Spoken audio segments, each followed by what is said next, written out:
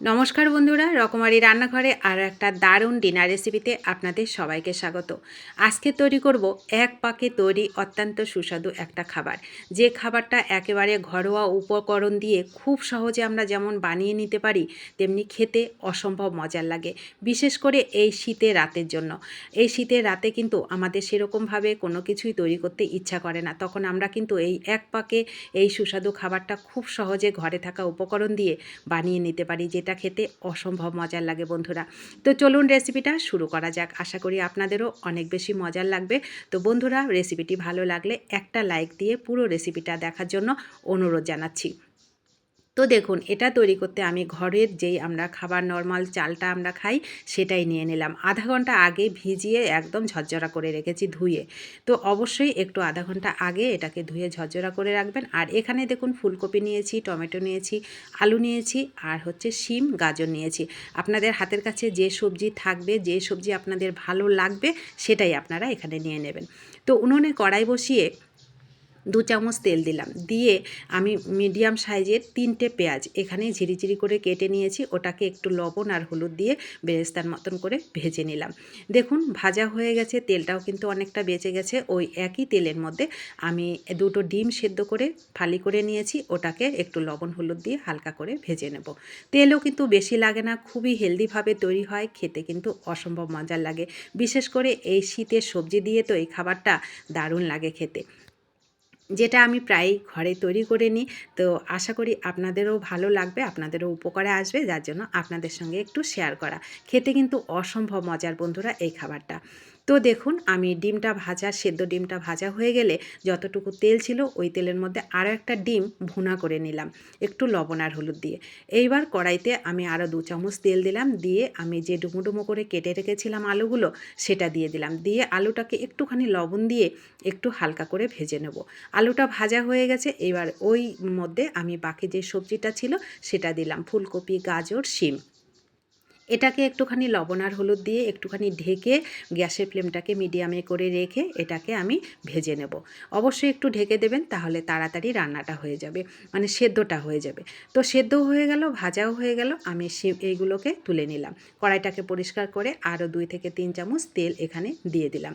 2টো শুকনো লঙ্কা দিলাম, তেজপাতা দিলাম, গরম মশলা আর জিরে ফোড়নে দিলাম, দিয়ে হালকা হাতে এটাকে ভেজে নেব। খুব সুন্দর যখন একটা ফ্লেভার বেরোবে, তখন এর মধ্যে বড় সাইজের একটা টমেটো লম্বা করে কেটে নিয়েছি, ওটা দিয়ে দিলাম।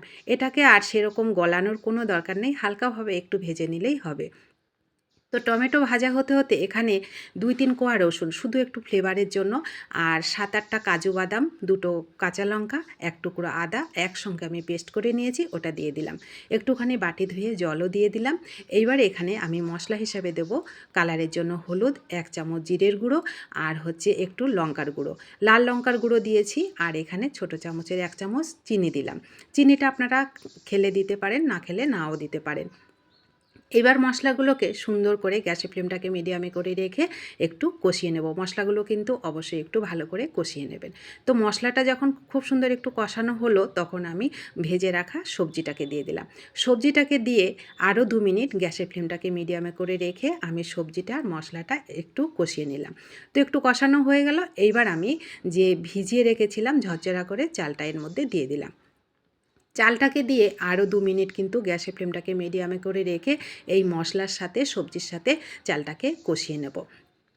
অবশ্যই মশলাটাও সুন্দর করে একটু 2 মিনিট কষাবেন, সবজিটাও মশলার সাথে কষাবেন, আবার চালটাকেও একটু কষিয়ে নেবেন। এক পাকে এই খাবারটা তৈরি হয় বন্ধুরা, খেতে সত্যি অসম্ভব মজার লাগে। যদি না খেয়ে থাকেন, একবার অনুরোধ করব এইভাবে তৈরি করে খাবেন, দেখবেন খুব সহজে তৈরি হয়।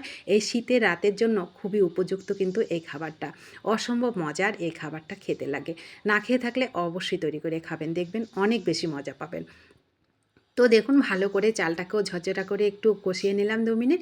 তারপরে হালকা গরম জল এখানে 2 বাটি দিলাম, দিয়ে আর একটু লবণ লাগতো সেটা দিয়ে একটু গ্যাসের ফ্লেমটাকে মিডিয়ামে করে রেখে ঢেকে রেখেছিলাম। তারপরে দেখুন 5 থেকে 7 মিনিট পর ফিরে এসে অনেকটা কিন্তু জল শুকিয়ে গেছে, একটুখানি জল আছে। আমি খুন্তি দিয়ে চারি সাইড থেকে একটু তুলে ডিমগুলোকে দিয়ে দিলাম, পেঁয়াজটা ভেজে রেখেছিলাম ওটা দিলাম, আর যে ডিমটা ভেজে রেখেছিলাম সেটা উপর থেকে কিছুটা দিয়ে দিলাম।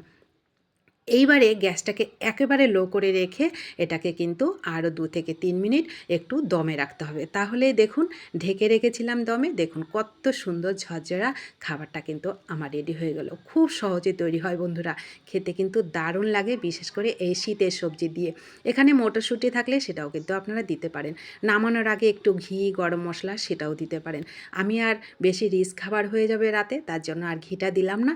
আপনারা আপনাদের পছন্দের দিয়ে পরিবেশন করুন। দেখুন কত সহজে কত সুন্দর একটা ডিনার রেসিপি কিন্তু তৈরি হয়ে গেল, খেতে যেটা অসম্ভব মজার লাগে। তো বন্ধুরা, কেমন লাগলো আপনাদের কাছে এই ছোট্ট রেসিপিটা অবশ্যই কমেন্ট করবেন, ভালো লাগলে অনেক অনেক শেয়ার করবেন। নতুন বন্ধু হলে চ্যানেলটা সাবস্ক্রাইব করে আমার পাশে থাকবেন। যারা পাশে আছেন আমাকে সাপোর্ট করছেন তাদেরকে আমার অসংখ্য অসংখ্য ধন্যবাদ ও ভালোবাসা।